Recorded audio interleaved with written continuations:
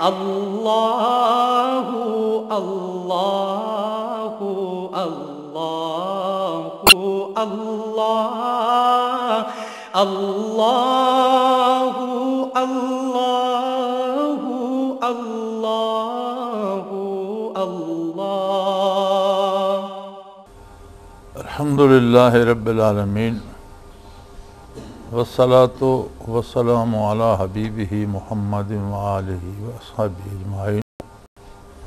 اعوذ باللہ من الشیطان الرجیم، بسم اللہ الرحمن الرحیم۔ بدر کی شکست نے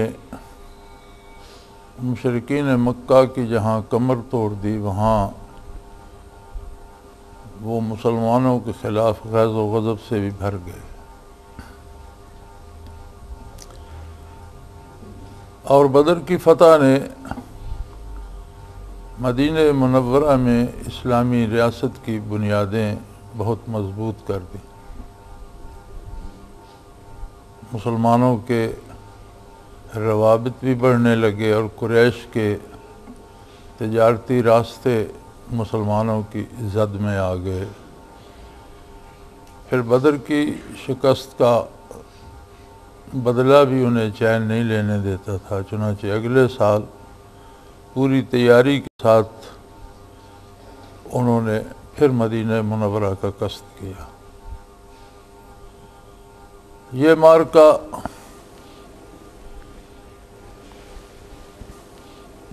غزوہ احد کے نام سے مشہور ہے۔ حضور نبی کریم صلی اللہ تعالیٰ علیہ وآلہ وسلم کی 10 سالہ حیات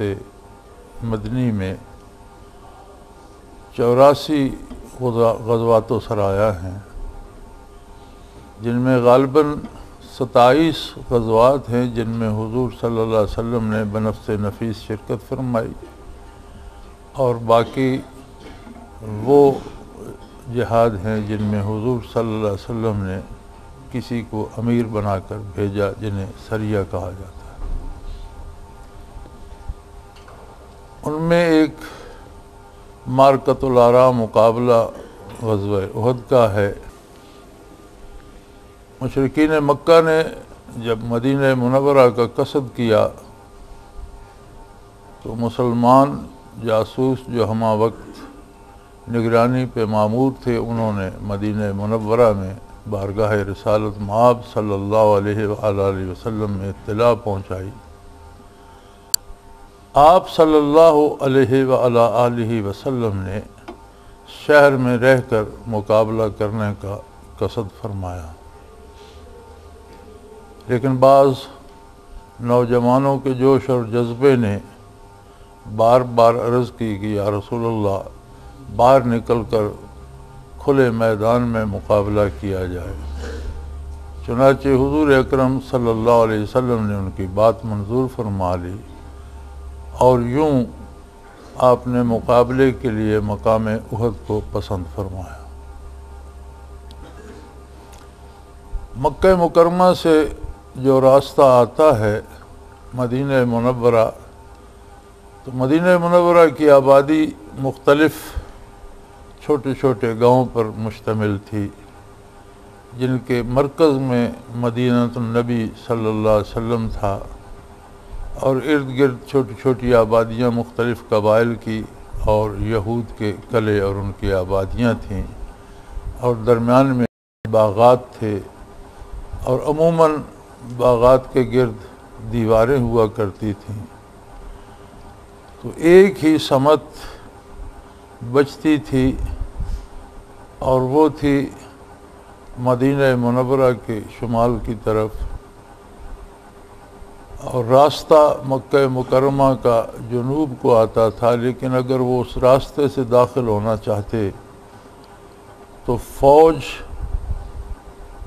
اپنے کالموں کی حیثیت سے داخل نہیں ہو سکتی تھی۔ گزرگاہیں ایسی تھیں کہ قطار بن کر گزرنا پڑتا تھا، جو کسی بھی فوج کے لیے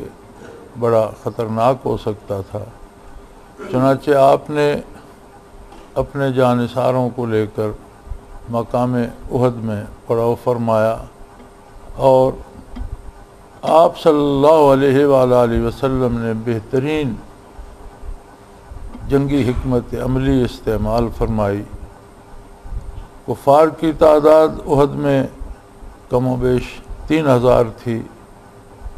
اور ان کے پاس 700 زرہ پوش جنگجو تھے، 200 سوار تھے، رسالے کے دستے تھے، اور 3000 اونٹ ان کے ہمراہ تھے۔ خواتین کو ہمراہ لائے تھے جو جنگ میں بھی جوانوں کو جوش دلا رہی تھیں۔ حضور صلی اللہ علیہ وآلہ وسلم جب احد تشریف لے گئے تو آپ کے ساتھ 1000 مجاہدین تھے، جن میں عبداللہ ابن ابی اور اس کے پیروکار بھی تھے، اور ابن ابی منافقین کا سردار تھا۔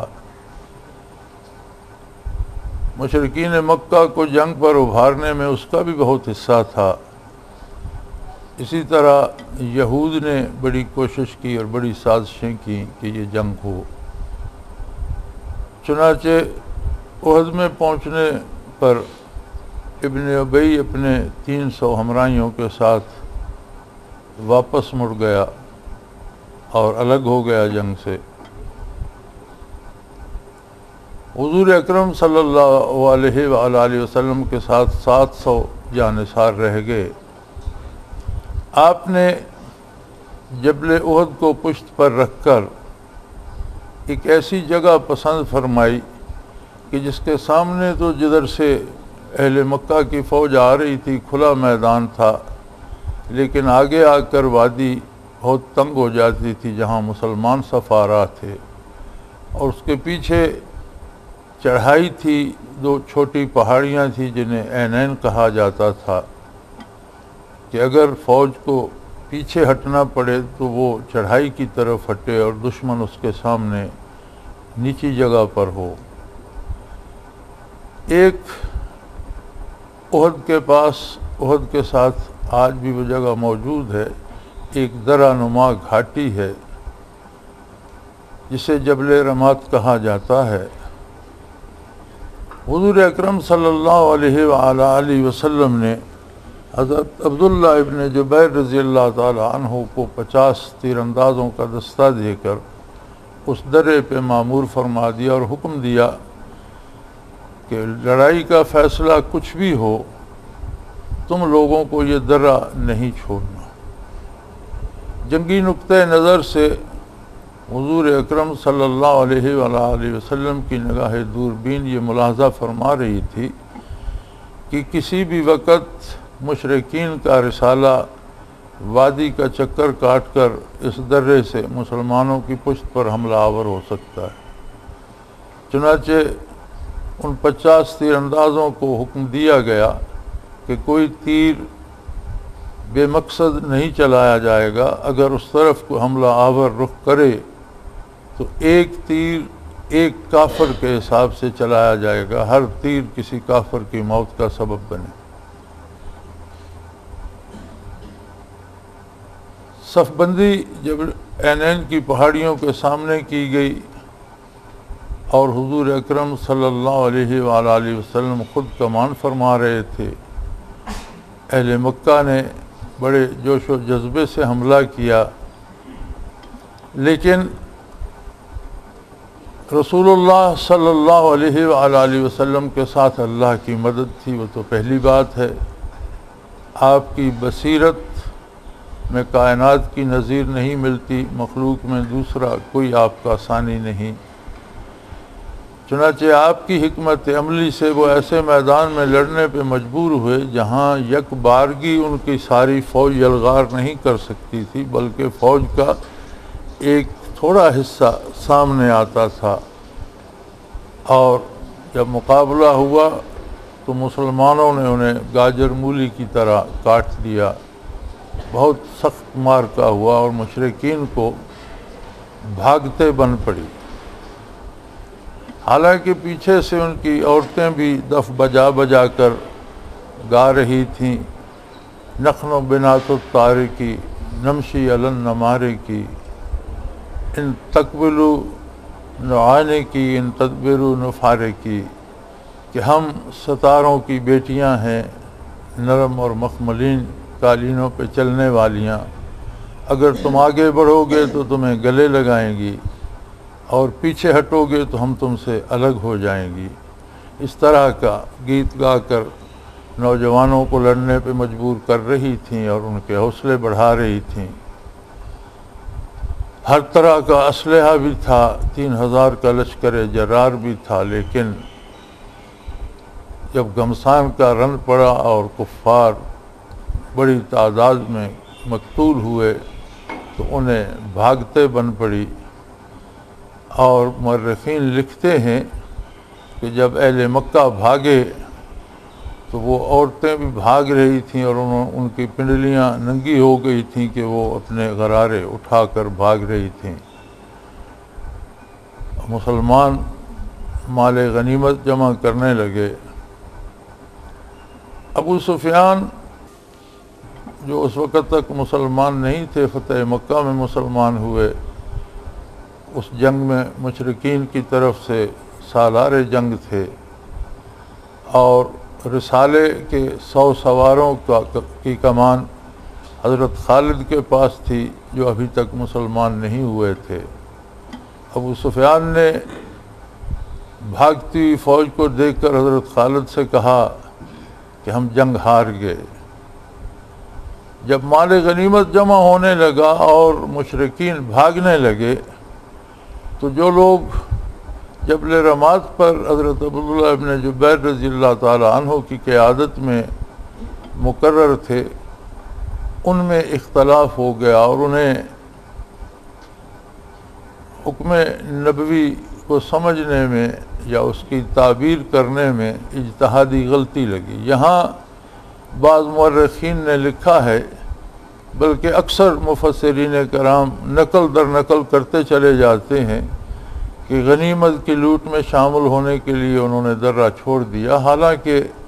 مال غنیمت لوٹنے والے کو نہیں ملتا تھا، بلکہ مال غنیمت جو کوئی بھی لاتا وہ ایک جگہ جمع کیا جاتا، پھر اس میں 5واں حصہ بیت المال کا نکالا جاتا اور باقی 4 حصے سوار جس کے پاس گھوڑا بھی اپنا ہے اور خود بھی ہے اسے 2 حصے ملتے اور پیادہ کو 1 حصہ، تو اس طرح حصے سے تقسیم ہوتا تھا۔ لہذا اس میں تو کوئی ایسی بات نہیں تھی کہ بھاگ کر لوٹ لیں تو جو لوٹ لے اسے زیادہ مل جائے گا۔ بات یہ غلط مشہور ہو گئی اور اس میں اس کی شہرت میں یہودیوں کا بہت حصہ ہے، کہانیاں گھڑ گھڑ کے انہوں نے مشہور کی، اور ایک کسی اللہ کے بندے نے لکھ دی اور پچھلے اسے دیکھ کر لکھتے چلے گئے۔ یہ صحابہ کی شان کے خلاف ہے یہ کہنا کہ وہ مال کے لالچ میں آپ کے حکم کو چھوڑ کر بھاگے، جو جان ہتھیلی پر رکھ کر آپ کی اطاعت میں سرفروشی کے لیے گئے تھے وہ مال کے لیے گئے نہیں تھے۔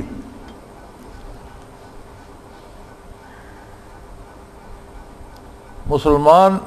اور مجاہدین اور بالخصوص صحابہ کرام جو قرآن کے مثالی مسلمان تھے، وہ مال و دولت یا غنیمت کے لیے نہیں لڑ رہے تھے، اللہ کی اطاعت اور اللہ کے دین کی سربلندی کے لیے لڑ رہے تھے۔ ہاں، جب مشرکین کا لشکر تتر بتر ہونے لگا اور وہ بھاگنے لگے تو انہیں خیال گزرا کہ اب تو جنگ ختم ہو گئی اور اب ہمیں بھی اس خوشی میں شامل ہونا چاہیے اور نیچے اترنا چاہیے۔ چنانچہ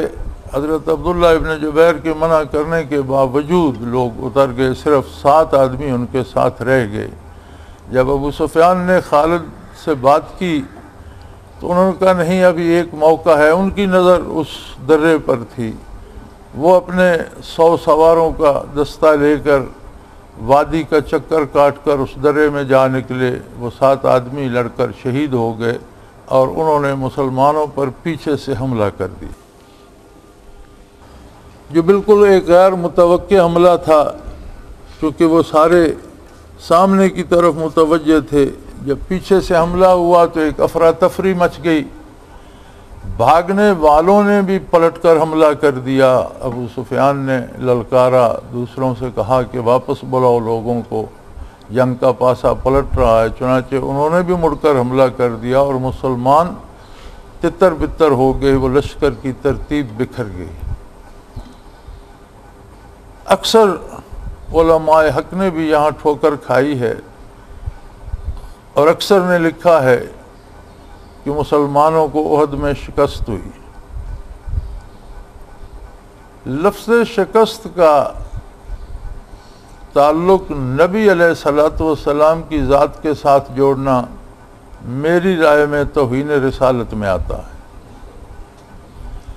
جنگ کی فتح و شکست کا مدار دو تین باتوں پہ ہوتا ہے۔ ایک تو یہ ہوتا ہے کہ فاتح لشکر شکست خوردہ لشکر کو وہاں سے یا مار دیتا ہے یا بھگا دیتا ہے۔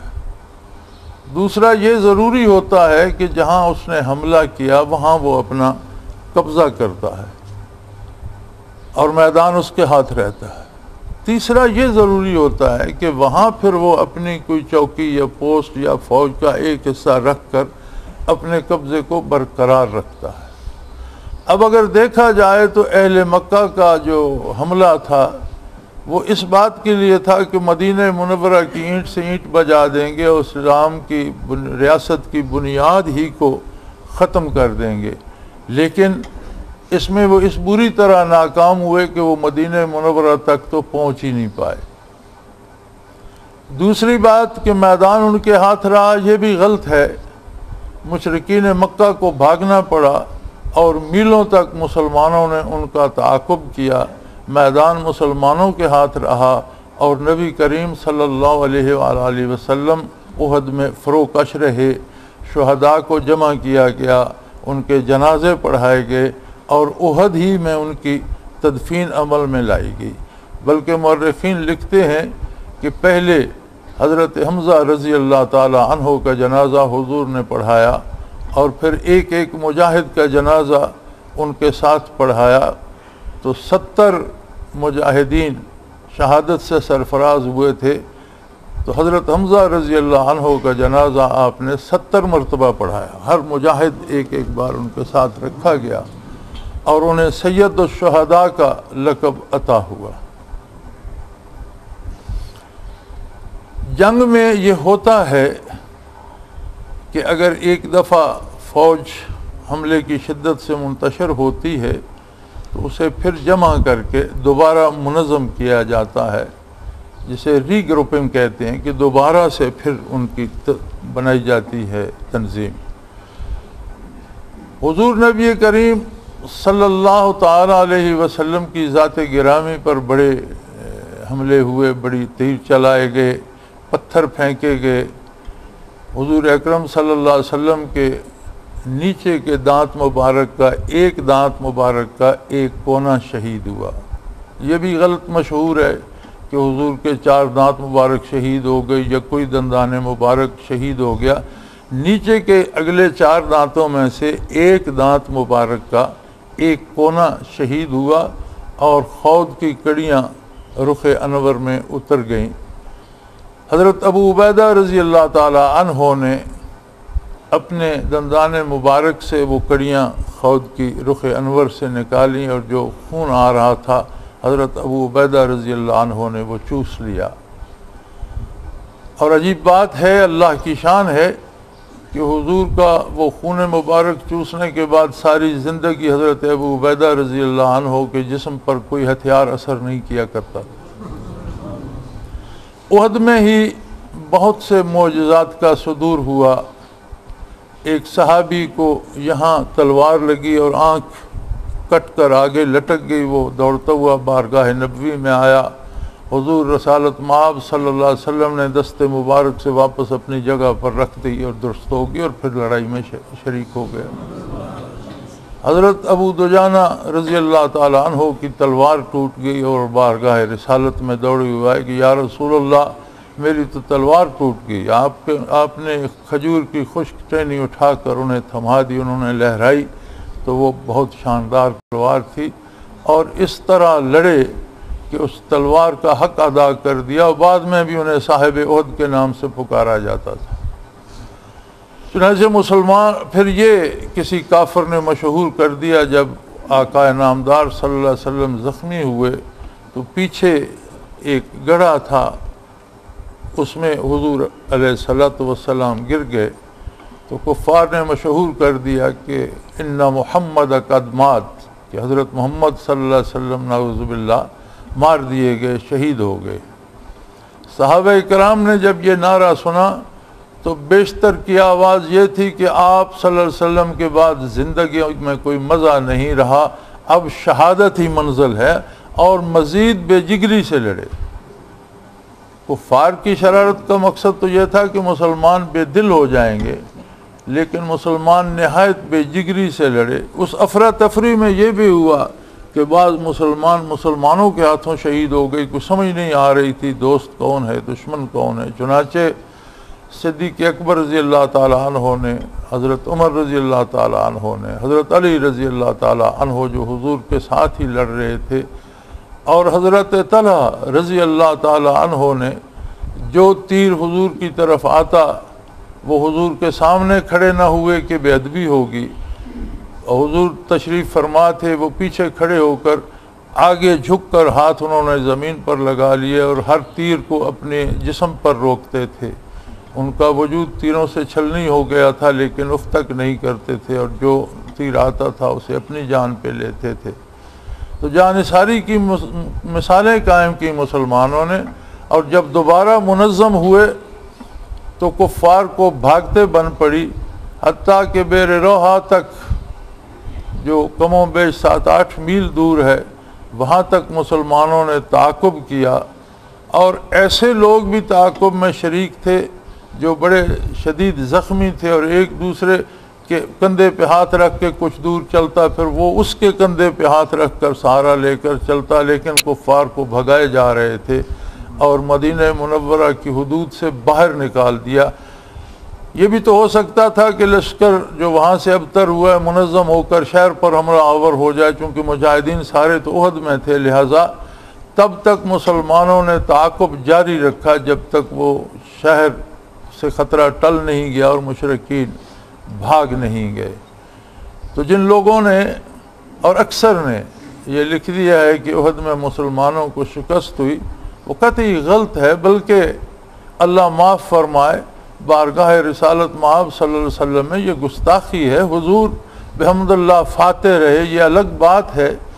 کہ مسلمانوں کو اس میں 70 مسلمان شہید ہو گئے، حضور صلی اللہ علیہ وسلم کے زخمی ہونے کا دکھ ہوا، مسلمانوں کو دکھ اٹھانے پڑے، لیکن یہ ایک تو اس کا بنیادی سبب وہ اجتہادی غلطی تھی کہ جب حضور کا حکم تھا کہ کچھ بھی ہو جائے تم لوگوں کو دوسرے حکم تک وہیں قائم رہنا ہے، اگر وہ اس وادی سے تیر انداز نہ اترتے، دوبارہ پشت سے حملہ نہ ہوتا، تو پہلے حملے میں شکست کھا کر اہل مکہ بھاگ چکے تھے اور واپس نہیں مڑ سکتے تھے۔ تو یہ جو دکھ اٹھانا پڑا، اس میں بھی ارادتاً نہ صحیح، سہون صحیح، اجتہادی غلطی سے صحیح، لیکن حضور صلی اللہ علیہ وسلم کی نافرمانی تو ہوئی، اور جب حضور کی نافرمانی سہون بھی ہو جائے، اس پہ گناہ مرتب نہ ہو، اللہ نے قرآن میں ان کی بخشش کا اعلان کر دیا کہ اللہ نے ان کی اس غلطی کو معاف کر دیا ہے، لیکن اس کے باوجود بھی دنیاوی تکلیف تو آئی، اور 70 نامور صحابہ شہید ہوئے۔ ان میں عجیب عجیب لوگ تھے، ایک شخص تھے عمر بن الجموع رضی اللہ تعالی عنہ، ان کے 4 جوان بیٹے تھے اور چاروں احد میں شرکت کے لیے جا رہے تھے، اور ان کی ایک ٹانگ معذور تھی، لنگڑے تھے، اور عمر رسیدہ تھے، تو انہوں نے اصرار کیا شرکت کا، تو ان کے بیٹوں نے بارگاہ رسالت میں عرض کی کہ ہمارے والد کو روکا جائے، گھر میں بچوں کی دیکھ بھال کے لیے تو رہیں گے، لیکن جب انہیں حضور نے بلایا تو انہوں نے عرض کی یا رسول اللہ صلی اللہ علیہ وسلم، یہ جا رہے ہیں، یہ اپنی جان کے لیے جا رہے ہیں، میں یہ چاہتا ہوں کہ میں نے اس لنگڑی ٹانگ کو زمین پر اتنا عرصہ گھسیٹا ہے، اب میں اس ٹانگ کو جنت میں گھسیٹ کر چلنا چاہتا ہوں، مجھے یہ کیوں روکتے ہیں؟ چنانچہ وہ گئے اور احد میں شہید ہو گئے، اور شہادت کے بعد جب ان کے بیٹوں نے انہیں واپس لے جانا چاہا، اجازت دے دی حضور نے کہ جو اپنے شہداء کو مدینہ منورہ لے جانا چاہتے ہیں لے جا سکتے ہیں، جو نہیں لے جانا چاہتے ان کو یہاں دفن کیا جائے گا۔ تو کیا شکست خوردہ لشکر وہاں بیٹھ کر اس طرح سے آرام و اطمینان سے اپنے شہید ہونے والوں کو سنبھالتا ہے، دفن کرتا ہے، وہیں قیام کرتا ہے، رہتا ہے؟ یہ تو فتح کرنے والوں کا کام ہے۔ لیکن جب ان کی میت ان کے بیٹوں نے اٹھا کر اونٹ پر لا دی کہ ہم مدینہ منورہ لے جائیں گے، تو اونٹ نے اٹھنے سے انکار کر دیا۔ وہ بارگاہ رسالت میں آئے تو آپ نے فرمایا کہ ان کے کسی ساتھی کو بلا کر پوچھا جائے۔ ان کے ایک دوست تھے، انہیں بلایا گیا کہ تمہیں کوئی واقعہ، کوئی حال معلوم ہو تو انہیں عرض کی یا رسول اللہ انہوں نے دعا کی تھی اور مجھ سے کہا تھا تم آمین کہو، اور میں نے دعا کی تھی اس پر انہوں نے آمین کہی تھی۔ انہوں نے دعا کی تھی کہ میں یہاں شہید ہو جاؤں، میں احد میں ہی دفن ہوں اور میدان حشر میں اپنے زخمی بدن کو لے کر، بہتے ہوئے خون کو لے کر احد سے ہی مجھے اٹھایا جائے۔ میں نے آمین کہی تھی۔ آپ نے فرمایا ان کی دعا قبول ہوئی، وہ اسے آپ نہیں لے جا سکتے، وہ ان کی دعا کے مطابق یہیں دفن ہوں گے۔ اور انہوں نے کہا میں نے دعا کی تھی کہ مکے کے کسی سردار کو قتل کروں اور اس کی ذرا میرے ہاتھ آئے اور میں فخر سے سینے پر پہن کر ٹہلا کروں۔ اس پر حضرت عمر نے آمین کہی تھی، چنانچہ یا رسول اللہ میری دعا بھی پوری ہوئی، فلاں سردار کو میں نے قتل کیا اور یہ اس کی ذرا میرے پاس ہے۔ اسی طرح ایک نوجوان صحابی تھے حضرت حنظلہ رضی اللہ تعالی عنہ، اسی روز ان کا نکاح ہوا، رات کو گھر میں تھے، صبح رخصت کا اعلان ہو گیا اور ان پر غسل واجب تھا۔ اب انہوں نے سوچا، غسل کی تیاری کر رہے تھے، ہاتھ دھوئے کلی کی کہ اعلان ہو گیا رخصتی کا، تو انہوں نے سوچا اگر میں غسل کرتا رہا تو ایسا نہ ہو کہ میں پیچھے رہ جاؤں، بھاگ کر لشکر میں تیمم کر کے شامل ہو گئے، شہید ہو گئے میدان میں داد شجاعت دیتے ہوئے۔ جب شہداء کو جمع کیا گیا تو ان کی میت نہیں مل رہی تھی، بارگاہ نبوی میں عرض کی گئی تو آپ نے فرمایا پھر جا کر دیکھو۔ دوبارہ گئے تو مل گئی، جہاں شہید ہوئے تھے وہیں پڑی تھی، اٹھا کر لائے تو بالوں سے پانی ٹپک رہا تھا۔ تو آپ صلی اللہ علیہ وسلم نے فرمایا کہ ان پر غسل واجب تھا اور شہید کو غسل دیا نہیں جاتا، لہٰذا اللہ کے فرشتے انہیں لے گئے اور غسل دے کر پھر یہاں رکھ گئے۔ تو انہیں غسیل ملائکہ کے نام سے یاد کیا جاتا ہے۔ چنانچہ اس مارکے میں بھی اہل مکہ کی کمر ٹوٹ گئی، انہیں ناکامی کا منہ دیکھنا پڑا، شکست سے دوچار ہوئے، اور 70 مسلمان شہادت سے سرفراز ہوئے، اور حضور نبی کریم صلی اللہ علیہ وسلم نے وہیں قیام فرمایا۔ مسلمانوں نے روحا تک تعاقب کیا مشرکین مکہ کا، اور انہیں مکہ کی طرف بھگا کر واپس پلٹے، اور میدان بحمد اللہ رسول اللہ صلی اللہ علیہ وسلم اور آپ کے خادموں کے ہاتھ رہا۔ 2 غلطیاں اس میں عام ہیں، انہیں خاص طور سے یاد رکھا جائے۔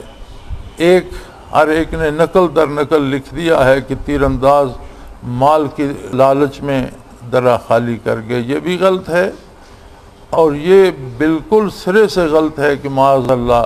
حضور نبی کریم صلی اللہ علیہ وسلم کو اور آپ کے لشکر کو شکست ہوئی۔ شکست کفر کا مقدر تھی۔ جاء الحق وزهق الباطل ان الباطل کان زہوقا۔ یہ یادگار معرکہ بھی بدر کے اگلے سال 3 ہجری شوال المکرم میں پیش آیا۔ وآخر دعوانا ان الحمدللہ رب العالمین۔ اللہ اللہ اللہ اللہ